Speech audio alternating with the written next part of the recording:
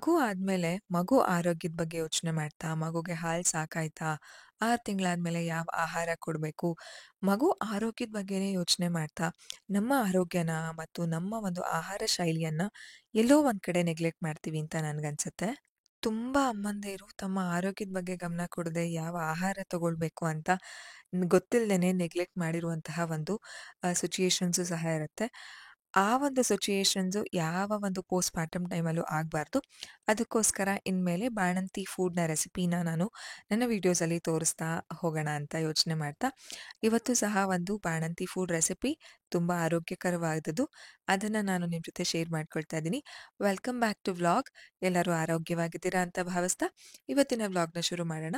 ಬೆಳಗ್ಗೆನೆ ಮೊಳಕೆ ಕಟ್ಟಿದ ಕಾಳುಗಳನ್ನ ಕುಕ್ಕರ್‌ಗೆ ಹಾಕಿ ಕೂಗಿಸ್ತಾ ಇದ್ದೀನಿ. ಇದನ್ನ ಜಸ್ಟ್ ಒಂದು ಪಲ್ಯ ಮಾಡ್ಕೊಳ್ಳೋದು. ನಾನು ಮೊನ್ನೆ ವ್ಲಾಗಲ್ಲೂ ಹೇಳ್ದೆ, ಇವಾಗ ನಾನು ಕ್ರುವಿಗೆ ಸ್ವಲ್ಪ ಹೆಲ್ಪ್ ಮಾಡೋದಕ್ಕೆ ಶುರು ಮಾಡಿದ್ದೀನಿ ಅಂತ. ಸೊ, ಬೇಗನೆ ಎದ್ದು ಲಿಟಲ್ ಎಗೆ ಸ್ನಾನ ಮಾಡಿಸ್ಬಿಟ್ಟೆ. ಸೊ, ಅದಿತಿದು ಮತ್ತೆ ನಂದು ಸ್ನಾನ ಆಯಿತು. ಕ್ರುವಿ ಎಲ್ಲಾನು ರೆಡಿ ಮಾಡ್ತೀನಿ ಅಂತಂದ್ರು. ಇವತ್ತಿನ ಬ್ರೇಕ್‌ಫಾಸ್ಟು ಮೊಳಕೆ ಕಟ್ಟಿದ ಕಾಳು ಪಲ್ಯ, ಅದ್ರ ಜೊತೆಗೆ ಗೋಧಿ ನುಚ್ಚಿನ ಒಂದು ಕಿಚಡಿ ಮಾಡ್ತಾ, ಬಟರ್ ಫ್ರೂಟ್ ಇತ್ತು. ಅದ್ರ ಒಂದು ಮಿಲ್ಕ್ ಶೇಕ್ ಮಾಡ್ಕೊಳ್ಳೋಣ ಅಂತಂದ್ಬಿಟ್ಟು ಬ್ರೇಕ್‌ಫಾಸ್ಟ್‌ಗೆ ಇಷ್ಟು ಪ್ಲಾನ್ ಇದ್ದಿದ್ದು. ನನ್ನ ಹೆಲ್ಪ್ ಏನು ಅಂತಂದ್ರೆ ಜಸ್ಟ್ ನಿಂತ್ಕೊಂಡು ಇದನ್ನ ಹಾಕಿ, ಅದನ್ನ ಕಟ್ ಮಾಡಿ, ಇದನ್ನ ಕಟ್ ಮಾಡಿ ಅಂತ ಹೇಳೋದು. ಇಲ್ಲ ಅಂತಂದ್ರೆ ಪಾಪ ಅವರು ಅಡ್ಗೆ ಮನೆಯಿಂದ ರೂಮ್‌ಗೆ ತುಂಬಾ ಸಲ ಓಡಾಡ್ಬೇಕಾಗತ್ತೆ. ಅದಕ್ಕೋಸ್ಕರ ಅಡ್ಗೆ ಮನೆಯಲ್ಲೇ ನಿಂತ್ಕೊಂಡು ನಾನು ತೋರಿಸ್ತಿದ್ದೀನಿ. ಗೋಧಿ ನುಚ್ಚು ಈ ಟೈಮಲ್ಲಿ ತುಂಬಾ ಒಳ್ಳೆಯದು. ಏನೆಲ್ಲ ಬೆನಿಫಿಟ್ಸ್ ಇದೆ, ಹೇಗೆ ಮಾಡೋದು ಅಂತ ಡೀಟೇಲ್ಸ್ ಆಗಿ ಹೇಳ್ತೀನಿ. ಸೊ, ಬಾಣಂತಿ ಅನ್ನೋದು ಈ ಟೈಮ್ ಮತ್ತೆ ಬರಲ್ಲ. ಆ್ಯಂಡ್ ಈಗ ನಾವು ಯಾವ ರೀತಿ ನಮ್ಮ ಆರೋಗ್ಯನ ಕೇರ್ ಮಾಡ್ತೀವೋ, ಅದು ನಮ್ಮ ಮುಂದಿನ ಆರೋಗ್ಯನ ಡಿಟರ್ಮೈನ್ ಮಾಡುತ್ತೆ. ಬಟರ್ ಫ್ರೂಟ್‌ನ ಮಿಕ್ಸರ್ ಜಾರ್‌ಗೆ ಹಾಕೊಂಡು ಜ್ಯೂಸ್‌ಗೆ ರೆಡಿ ಮಾಡ್ಕೊಳ್ತಿದ್ದಾರೆ. ಇವಾಗ ಬ್ರೇಕ್‌ಫಾಸ್ಟ್ ನಾವು ಮಾಡೋದಕ್ಕೂ ರೆಡಿ ಮಾಡಿದ್ವಿ. ಅದೇನು ಅಂತಂದ್ರೆ ಕುಕ್ಕರ್‌ಗೆ ಒಂದು 2ರಿಂದ 3 ಸ್ಪೂನ್ ತುಪ್ಪ ಹಾಕ್ಕೊಳ್ಬೇಕು. ನಾವಂತೂ ತುಪ್ಪನೇ ಬಳಸೋದು. ಈ ಬಾಣಂತನ ಟೈಮಲ್ಲಂತೂ ಕಂಪ್ಲೀಟ್ 3 ತಿಂಗಳಿಂದ ತುಪ್ಪನೇ ಬಳಸ್ತಾ ಇದ್ದೀನಿ. ಅಡುಗೆಗೆ ಎಣ್ಣೆ ಕಡಿಮೆನೆ, ತುಂಬಾ ಕಡಿಮೆ. ಜಸ್ಟ್ ಸಾಂಬಾರಿಗೆ ಮಾತ್ರ ಎಣ್ಣೆ ಹಾಕ್ತಿರೋದು. ಅದಕ್ಕೆ ಸಾಸಿವೆ, ಜೀರಿಗೆ, ಒಣಮೆಣಸಿನಕಾಯಿ, ಬೆಳ್ಳುಳ್ಳಿ ಜಜ್ಜಿರೋದು, ಈರುಳ್ಳಿ ಮತ್ತೆ ಟೊಮ್ಯಾಟೋನ ಹಾಕೊಂಡು ಚೆನ್ನಾಗಿ ರೋಸ್ಟ್ ಮಾಡಬೇಕು. ಸ್ವಲ್ಪ ಅರಿಶಿನನೂ ಸಹ ಹಾಕ್ಕೊಳ್ಬೇಕು. ಅದಾದ್ಮೇಲೆ ತೊಳೆದಿಟ್ಕೊಂಡಿದ್ದಂತಹ ಗೋಧಿ ನುಚ್ಚನ್ನ ಹಾಕೊಂಡು ಈ ರೀತಿ ರೋಸ್ಟ್ ಮಾಡ್ಕೊಳ್ಬೇಕು. 2 ಕಪ್ಪಷ್ಟು ಗೋಧಿ ನುಚ್ಚು ಹಾಕೊಂಡು 6ರಿಂದ 7 ಕಪ್ಪಷ್ಟು ನೀರನ್ನ ಹಾಕೊಳ್ಬೇಕಾಗುತ್ತೆ. ನೀರು ಬಾಯ್ಲ್ ಆದ್ಮೇಲೆ ನಾನು ಕಾಳು ಬೇಯಿಸಿದ್ನಲ್ಲ, ಆ ನೀರನ್ನು ಹಾಕಿ ಅಂತ ಹೇಳಿದ್ದೆ. ಅದನ್ನು ಸೋಸ್ಕೊಂಡು ಹಾಕ್ತಾ ಇದ್ದಾರೆ. ಅದಾದ್ಮೇಲೆ ಕೊತ್ತಂಬರಿ ಸೊಪ್ಪು ಹಾಕ್ಬಿಟ್ರೆ ಇದಕ್ಕೆ ಜೀರಿಗೆ, ಮೆಣಸಿನ ಪೌಡರ್ ಹಾಕಬೇಕು ಕಿಚಡಿಗೆ. ಈ ಕಿಚಡಿಗೆ ನಾವು ಯಾವುದೇ ರೀತಿ ಮಸಾಲೆ ಪದಾರ್ಥಗಳನ್ನ ಹಾಕೋದಿಲ್ಲ. ಮೆಣಸು ಮತ್ತು ಜೀರಿಗೆ ಪೌಡರ್ ಇರುತ್ತಲ್ಲ, ಅದನ್ನೇ ಮುಂದೆ ಹಾಕ್ತೀವಿ. ಉಪ್ಪು ನೋಡ್ಕೊಂಡು ಕುಕ್ಕರ್ ವಿಷಲ್‌ನ ಮುಚ್ಚಿಟ್ರು. ಈಗ ಮೊಳಕೆ ಕಾಳಿನ ಪಲ್ಯದ ಒಂದು ಒಗ್ಗರಣೆ ಮಾಡ್ತಿದ್ದಾರೆ. ಯಾಕೆ ನಾವು ಬ್ರೋಕನ್ ವೀಟ್ ಗೋಧಿ ನುಚ್ಚನ್ನ ತಿನ್ಬೇಕು ಅಂತಂದ್ರೆ, ಅದರಲ್ಲಿ ತುಂಬಾ ಹೈ ಫೈಬರ್ ಇರುತ್ತೆ. ಇದರಿಂದ ನಮಗೆ ಈಗ ಆಗುವಂತಹ ಕಾನ್ಸ್ಟಿಪೇಷನ್ ಅದೆಲ್ಲನೂ ತುಂಬಾ ಬೇಗ ಕಡಿಮೆ ಆಗುತ್ತೆ. ಜೀರ್ಣಶಕ್ತಿ ಚೆನ್ನಾಗಾಗುತ್ತೆ ಆ್ಯಂಡ್ ಎನರ್ಜಿ ಲೆವೆಲ್ ಸಹ ನೀಡುತ್ತೆ. ತುಂಬ ಜನ ಕೇಳೋದು, ನೀವು ಬೆಳಗ್ಗೆಯಿಂದ ಸಂಜೆವರೆಗೂ ಇಬ್ರ ಜೊತೆ ಅಷ್ಟು ಎನರ್ಜೆಟಿಕ್ ಆಗಿರ್ತೀರಾ ಏನು ಅಂತಂದ್ರೆ, ನಾನು ಆಹಾರದಲ್ಲಿ ಯಾವ್ದು ಎನರ್ಜಿ ನೀಡುತ್ತೋ ಆ ಆಹಾರನ ತಗೊಳ್ತೀನಿ. ಬಟರ್ ಫ್ರೂಟ್ ಆಲ್ಸೋ ತುಂಬಾ ಒಳ್ಳೆಯದು. ಒಳ್ಳೆ ಫ್ಯಾಟು ಆ್ಯಂಡ್ ಹೈ ಪ್ರೋಟೀನ್ ಇರೋದ್ರಿಂದ ತುಂಬಾ ಶಕ್ತಿ ನೀಡುತ್ತೆ. ಎದೆ ಹಾಲು ಹೆಚ್ಚಿಸೋದಕ್ಕೂ ಸಹಾಯ ಮಾಡುತ್ತೆ. ಈವನ್ ವಿತ್ ಸ್ಪ್ರೌಟ್ಸಲ್ಲಿ ಎಲ್ಲ ರೀತಿಯಾದ ವೈಟಮಿನ್ಸ್ ಆ್ಯಂಡ್ ಮಿನರಲ್ಸ್ ಇರೋದ್ರಿಂದ ನಮಗೆ ಈ ಟೈಮಲ್ಲಿ ಬೇಕಾಗಿರುವಂತಹ ನ್ಯೂಟ್ರಿಷನ್ನ ತುಂಬ ಚೆನ್ನಾಗಿ ಬ್ಯಾಲೆನ್ಸ್ ಮಾಡುತ್ತೆ. ನನ್ನ ಒಂದು ಮೀಲ್ ಪ್ಲೇಟ್ ಪ್ರತಿದಿನ ಇದಿರುತ್ತೆ. ಯಾವ್ದಾರ ಒಂದು ತರಕಾರಿ, ಸೊಪ್ಪು ಅಥವಾ ಕಾಳುಗಳನ್ನ ನಾನು ಇನ್ಕ್ಲೂಡ್ ಮಾಡ್ಕೊಳ್ತೀನಿ. ಇನ್ಮೇಲಿಂದ ನಾನು ಈ ಒಂದು ಕಂಪ್ಲೀಟ್ ಡ್ಯೂರೇಷನಲ್ಲಿ ಏನೇನೆಲ್ಲ ತಿಂದೆ ಅಂತ ಸ್ಮಾಲ್ ಒಂದು ಕ್ಲಿಪ್ಪಿಂಗ್ಸಲ್ಲಿ ತೋರಿಸ್ತಾ ಹೋಗ್ತೀನಿ. ನನ್ನ ಬ್ರೇಕ್‌ಫಾಸ್ಟ್ ಇದಾಗಿತ್ತು. ಸಿಂಪಲ್ ಕಿಚಡಿ, ಅದ್ರ ಜೊತೆಗೆ ಮೊಳಕೆ ಕಟ್ಟಿನ ಕಾಳು, ಅದಾದ್ಮೇಲೆ ಬಟರ್ ಫ್ರೂಟ್ ಜ್ಯೂಸ್. ಬ್ರೇಕ್‌ಫಾಸ್ಟ್ ಎಲ್ಲ ಆದ್ಮೇಲೆ ಮಧ್ಯಾಹ್ನ ವ್ಲಾಗೇ ಮಾಡ್ಕೊಳ್ಳಿಲ್ಲ. ಈವ್ನಿಂಗ್ ಇದು ಲಿಟ್ರಲಿ ಮತ್ತೆ ಪಾಪು ಇಬ್ರೂ ಮಲ್ಕೊಂಡಿದ್ದಾರೆ. ಪಾಪು ಅಂತಂದ್ರೆ ಅದಿತಿನೂ ಕೆಲವೊಂದ್ಸಲ ನಾನು ಪಾಪು ಅಂತ ಕರಿತೀನಿ. ಎಷ್ಟೇ ಮಕ್ಕಳಾದ್ರೂ ದೊಡ್ಡ ಮಕ್ಕಳು ಈಸ್ ಆಲ್ವೇಸ್ ಸ್ಪೆಷಲ್ ಅಲ್ವಾ? ಎಸ್, ಕೆಲವೊಂದ್ಸಲ ಗಿಲ್ಟ್ ಕಾಡುತ್ತೆ. ಅದಿತಿಗೆ ನಾನು ಕರೆಕ್ಟಾಗಿ ಟೈಮ್ ಕೊಡ್ತಿದ್ನ, ಎಷ್ಟೇ ಟೈಮ್ ಕೊಟ್ರು ಅನ್ಸೋದಂತೂ ನಾರ್ಮಲ್ ಅಲ್ಲ. ಸೊ, ಇಬ್ರು ಮಲ್ಕೊಂಡಿದ್ರು ಆರಾಮಾಗಿ. ಸೊ, ಆಲ್ರೆಡಿ ಟೈಮ್ 4:30 ಆಗಿತ್ತು. ಎದ್ಬಿಟ್ಟು ಸ್ವಲ್ಪ ವಾಕ್ ಮಾಡೋಣ ಅಂತ ಅಂದ್ಬಿಟ್ಟು ಆಚೆ ವಾಕ್ ಮಾಡ್ತಿದ್ದೆ. ಆಫ್ಟರ್ ಡೆಲಿವರಿ ಎಷ್ಟೋ ಅಮ್ಮಂದಿರು ಒಂದೇ ಕಡೆ ಮಲ್ಕೊಂಡಿರ್ತಾರೆ. ಕಂಪ್ಲೀಟ್ ಬೆಡ್ ರೆಸ್ಟ್ ರೀತಿ ಇರ್ತಾರೆ. ಆ ರೀತಿ ಮಾಡಬಾರ್ದು. ಅದರಿಂದ ತುಂಬ ಪ್ರಾಬ್ಲಮ್ಸ್ ಇದೆ. ಅದರ ರಿಲೇಟೆಡ್ ಕಂಪ್ಲೀಟ್ ಒಂದು ಬೇರೆ ವ್ಲಾಗಲ್ಲಿ ನಾನು ಶೇರ್ ಮಾಡ್ತೀನಿ. 4:30 ಆಗಿತ್ತಲ್ಲ, ಸ್ವಲ್ಪ ವಾಕ್ ಮಾಡೋಣ. ಆ್ಯಂಡ್ ಯಾಕೋ ಒಂದು ಸ್ವಲ್ಪ ಡ್ರೈ ಕಾಫ್ ಥರ ತುಂಬ ದಿನದಿಂದ ಡ್ರೈ ಕಾಫ್ ಇದೆ. ಹೋಗ್ತಾನೆ ಇಲ್ಲ, ಅವಾಗ ಬಂದ್ಬಿಡುತ್ತೆ. ಆ್ಯಂಡ್ ನೈಟ್ ಹೊತ್ತು ಸ್ವಲ್ಪ ಜಾಸ್ತಿ ಆಗುತ್ತೆ. ಅದಕ್ಕೋಸ್ಕರ ಒಂದು ಹೋಮ್ ರೆಮಿಡಿ ಸಹ ಮಾಡ್ಕೊಂಡು ಕುಡಿಯೋಣ ಅಂತ ಅಂದ್ಬಿಟ್ಟು ಅಂದ್ಕೊಂಡಿದ್ದೆ. ವಾಕ್‌ನ ಮಾಡ್ತಾ ಇದ್ದೆ. ಆ್ಯಂಡ್ ನನ್ನ ಹೊಟ್ಟೆ ನೋಡಿ ಎಷ್ಟು ಫ್ಲಾಟ್ ಆಗಿಬಿಟ್ಟಿದೆ. ಒಂಥರ ಖುಷಿ ನನಗೆ. ಯೂಶುವಲಿ ನನಗೆ ಪ್ರೆಗ್ನೆನ್ಸಿಗಿಂತ ಮುಂಚೆ ಯಾವ ರೀತಿ ಇದ್ನೋ ಅದೇ ರೀತಿ ಇದೆ. ಬಟ್ ಈಗ ಸ್ವಲ್ಪ ವೆಯ್ಟ್ ಜಾಸ್ತಿ ಇದ್ದೀನಿ. ಮುಂಚೆ ನಾನು 45 ಇದ್ದೆ. ಇವಾಗ 58 ಇದ್ದೀನಿ. ನನಗೆ ಒಂಥರ ನಿಜ ಸರ್ಪ್ರೈಸ್ ಆಗುತ್ತೆ ನನ್ನ ವೆಯ್ಟ್ ನೋಡಿಕೊಂಡ್ರೆ ಕನ್ನಡಿ ಮುಂದೆ. ಇವತ್ತು ಯಾವ ಸ್ಕಿನ್ ಕೇರು ಮಾಡ್ಕೊಂಡಿಲ್ಲ. ಏನೋ ಒಂಥರ ಸಂಡೇ ಜಾಸ್ತಿ ನಿದ್ದೆ ಮಾಡಿದ್ವಿ. ಬ್ರೇಕ್‌ಫಾಸ್ಟ್ ಆದಮೇಲೆ 3 ಜನನು ಚೆನ್ನಾಗಿ ನಿದ್ದೆ ಮಾಡಿದ್ವಿ. ಏನು ಆಕ್ಟಿವಿಟೀಸೂ ಮಾಡಿಲ್ಲ. ಒಂಥರ ಲೇಸಿ ಸಂಡೇ ಇವತ್ತು. ಚೆನ್ನಾಗಿದೆ. ಆ್ಯಂಡ್ ನಿಮ್ಗೆ ಯಾರಿಗೂ ಹೇಳಿಲ್ಲ ನಾನು. ನೋಡಿದ್ದೀರಾ ನೋಡಿಲ್ವೋ ಗೊತ್ತಿಲ್ಲ. ತುಂಬ ಜನ ಅಬ್ಸರ್ವ್ ಮಾಡಿರ್ತೀರಾ, ಕೆಲವ್ರು ಮಾಡಿರಲ್ಲ. ಇದು ನನ್ನ ಟ್ಯಾಟೂ. ಏನು ಅಂತ ಗೆಸ್ ಮಾಡ್ತೀರಾ? ಯೆಸ್. ತುಂಬ ಜನಕ್ಕೆ ಆಲ್ರೆಡಿ ನೋಡಿದ ತಕ್ಷಣನೇ ಗೊತ್ತಾಗಿರುತ್ತೆ. ಕಾಮೆಂಟ್ ಸೆಕ್ಷನಲ್ಲಿ ಹೇಳಿ. ಡ್ರೈ ಕಾಫ್‌ಗೆ ನಾನು ರೆಮಿಡಿ ಮಾಡ್ಕೊಳ್ಳೋಣ ಅಂತ ಅಂದ್ಬಿಟ್ಟು ಅಡುಗೆ ಮನೇಲಿ ರೆಡಿ ಮಾಡ್ತಾಯಿದ್ದೆ. ಏನೋ ಒಂದು ಬಾಕ್ಸ್ ಪಟ್ ಅಂತ ಕೆಳಗಡೆ ಬಿತ್ತು. ಅದಿತಿ ಎದ್ದೇ ಬಂದ್ಬಿಟ್ರು. ಮಕ್ಕಳೇ ಹಾಗಲ್ವಾ ಪಾಪ. ಅವ್ರಿಗೆ ನಾವೇ ಬೇಕು, ನಮ್ಗೆ ಅವರೇ ಬೇಕು. ನಾನೇನೋ ಮಾಡಬೇಕು ಚಿನ್ನಿ. ನಾನೇನೋ ಮಾಡಬೇಕು. ನಾನು ನೀರನ್ನ ಇದು ಮಾಡಬೇಕು.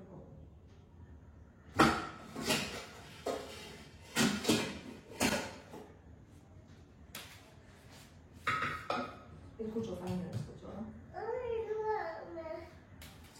ಅದಿತಿ ಅವಾಗ ತಾನೇ ಎದ್ದಿದ್ರು. ಕುತ್ಕೊಳ್ಳಿ ಅಂತಂದರೆ ಕುತ್ಕೊಳ್ಳಿಲ್ಲ. ಸರಿ ಅಂದ್ಬಿಟ್ಟು ಅವ್ರನ್ನ ಎತ್ಕೊಂಡೇನೆ ಏನೇನು ಬೇಕೋ ಅದಕ್ಕೆಲ್ಲನೂ ರೆಡಿ ಮಾಡಿಕೊಂಡೆ. 2 ಲೋಟ ನೀರು ಹಾಕ್ಕೊಳ್ಬೇಕು. ಆ 2 ಲೋಟ 1 ಲೋಟ ಆಗೋವರೆಗೂ ಕುದಿಸ್ಕೊಳ್ಬೇಕು. ಈ ಹೋಮ್ ರೆಮಿಡಿ ಎಷ್ಟು ಬೇಗ ಕಡಿಮೆ ಆಗುತ್ತೆ ಗೊತ್ತಾ ಕೆಮ್ಮು. ಜಸ್ಟ್ ಒಂದು ಕುಡ್ದಿದ್ದು ಒಂದು ಅರ್ಧ ಗಂಟೆಲೇ ತುಂಬ ಕೆಮ್ಮಿದ್ರೂ ಕಡಿಮೆ ಆಗಿಬಿಡುತ್ತೆ. ಸೊ ನೀವು ಒಂದ್ಸಲ ಟ್ರೈ ಮಾಡಿ. ಬಾಣಂತಿಯರ್ಗೂ ಸಹ ಸೇಫ್ ಇದು. What are you doing? Scissor ತಗೊಂಡು ಪೇಪರ್ ನೋಡಿದ ತಕ್ಷಣ ಕಟ್ ಮಾಡ್ಕೊಳ್ಳೋಕೆ ಶುರು ಮಾಡ್ಬಿಟ್ಟಿದ್ದೀರಾ? ನಾನು ಏನು ಮಾಡ್ತಿದ್ದೀರಾ ಅಂತ ನೋಡ್ತಾ ಇದ್ದೆ. I am happy so much ಪಾಪು. You can try.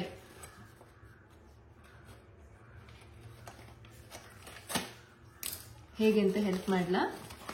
Want help? ಈ ರೀತಿ ಒಂದು ನಿಮಿಷ, ಒಂದು ಸೆಕೆಂಡ್ ಗಿವ್ ಮಿ.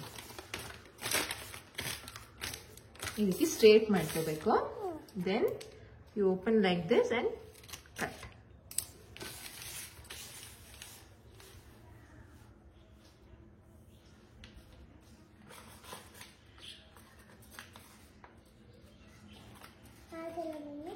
ಆಗತ್ತಮ್ಮ. ಒಂದು ಸೆಕೆಂಡ್. ನಾನು ಕಷಾಯ ಮಾಡ್ಕೊಳ್ಳೋದಕ್ಕೆ ರೆಡಿ ಮಾಡ್ತಿದ್ದೆ. ಅದಿತಿ ಪೇಪರ್ ಬಿದ್ದಿತ್ತು ಅಂತ ಅಂದ್ಬಿಟ್ಟು ಅವರೇ ಡ್ರಾಯರ್ ಓಪನ್ ಮಾಡಿದ್ರು, ಸಿಸರ್ ತೊಗೊಂಡ್ರು. I was really shocked.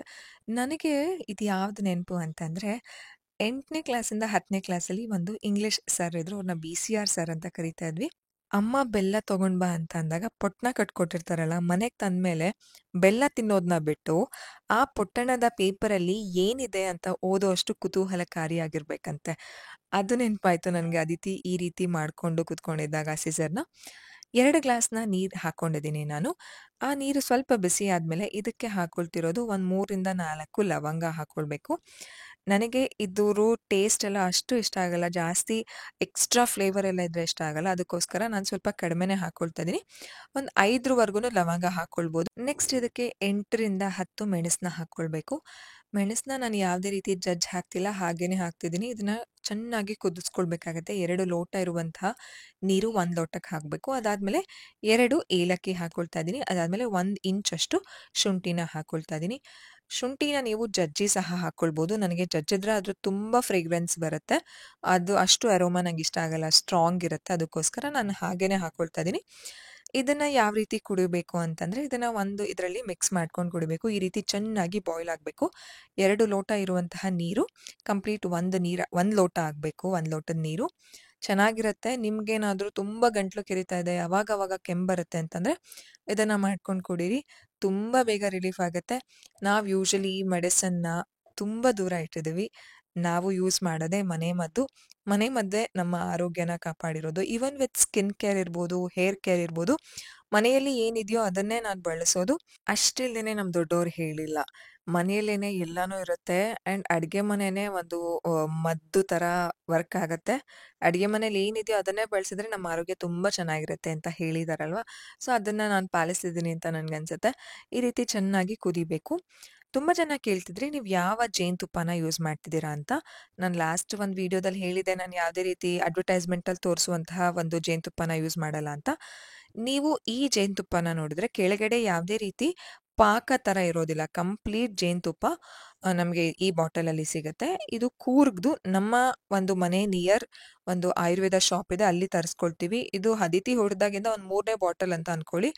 ನಮಗೆ ಚೂರ್ಣಕ್ಕೆ, ಅದಿತಿ ಚೂರ್ಣಕ್ಕೆ ನಾವ್ ಇದನ್ನೇ ಬಳಸೋದು. ಈ ಒಂದು ಮನೆಮದ್ದು ರೆಡಿ ಆಯ್ತು. Simple drink. ಕೆಮ್ಮು, ಕಾಫು, ಸೋರ್ ಥ್ರೋಟು, ಇರಿಟೇಷನ್ ಇರುತ್ತಲ್ಲ ಗಂಟ್ಲಲ್ಲಿ ಅದೆಲ್ಲನೂ ಬೇಗ ಕಡಿಮೆ ಆಗುತ್ತೆ. ತುಂಬಾ ದಿನದ ಕೆಮ್ಮುನು ಸಹ ಬೇಗ ಕಡಿಮೆ ಆಗ್ಬಿಡುತ್ತೆ. ಒಂದ್ಸಲ ಟ್ರೈ ಮಾಡಿ ನೋಡಿ. ಈ ರೀತಿ 2 ಗ್ಲಾಸು, 1 ಗ್ಲಾಸಷ್ಟು ಆಗ್ಬೇಕು. ಅಲ್ಲಿವರ್ಗೂನು ಕುದಿಸ್ಕೊಂಡು ಚೆನ್ನಾಗಿ ಶೋಧಿಸ್ಕೊಳ್ಬೇಕು.